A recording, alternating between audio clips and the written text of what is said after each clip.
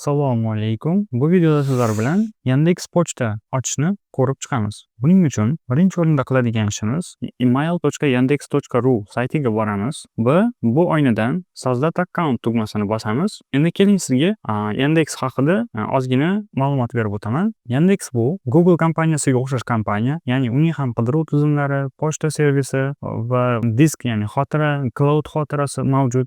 Bundan tashqari turli xildagi o'zini servislari bor. Ularni ham tanishib olishingiz mumkin. Yandex qidiruv tizimi yandex.ru yoki yandex.uz domeni ostida bo'ladi. Mana e'tibor bering. Bunda juda ham ko'p turdagi xabarlarni, yangiliklarni, boshqa turdagi servislardan ham foydalanishingiz mumkin bo'ladi. Keling, biz hozir ayni vaqtda Yandex Pochta tizimidan ro'yxatdan o'tib, ko'rishni, Yandex Pochta tizimidan foydalanishni ko'rib chiqamiz. Buning uchun Sozlat account tugmasini bosamiz va quyidagicha to'ldiriladigan forma chiqadi. Bu formadan keling test pochta deymiz. Mana bu joyda o'zi taklif qilgan bironta domenni ham tanlashingiz mumkin. Xohlasangiz o'zingiz kiritishingiz mumkin. Keling, mana shu taklif qilgan variantlarni tanlaymiz bittasini. Endi bu joyda parolni ham siz o'zingiz generировать qilishingiz mumkin, ya'ni menga parol qo'yib berishini so'rashingiz mumkin. Shunday holatda generировать надежный parolni bosadigan bo'lsak, quyidagicha parolni bizga taqdim qiladi. Bu parolni mana shu ikkita qo'yilishi kerak bo'lgan joylarga qo'yib beradi. Endi mana bu parollarni siz qayergadir saqlab qo'yishingiz kerak, agar siz o'zingiz parol qo'ymagan bo'lsangiz.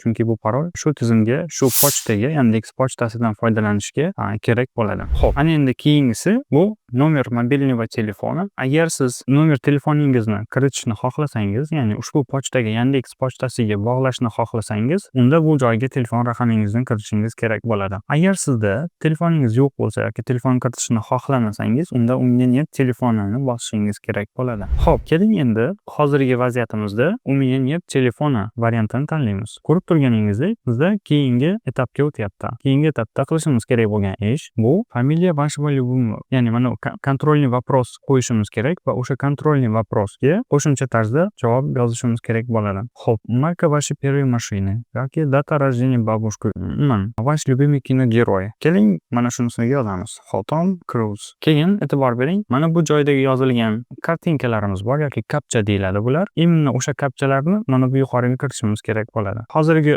holatimizda qanday deb tushunarsiz?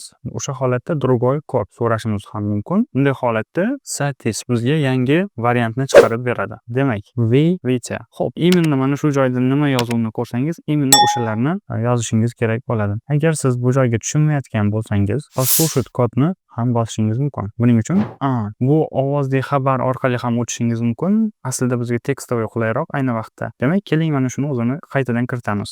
SM Sartek. Taxminan shunaqa bo'lishi kerak. Zaregistrировать-ni bosamiz. Xo'p, ana endi bu yerda условияni qabul qilishlikni so'rayapti. Принимаю.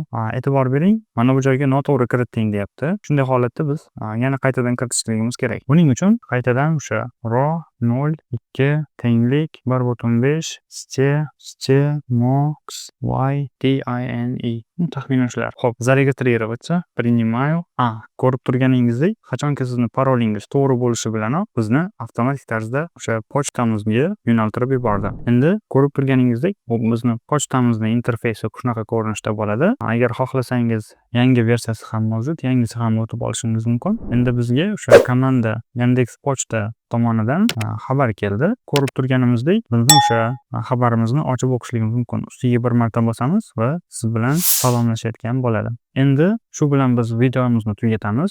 Ya'ni Yandex tizimidan akkaunt ochishni yoki Yandex pochta ochishni ko'rib chiqdik. Keyingi videolarimizda bir akkauntdan, ya'ni bir elektron pochtamizdan keyingi elektron pochtaga xabar jo'natishni ko'rib chiqamiz. Keyingi videolarda uchrashguncha sog' omon bo'ling.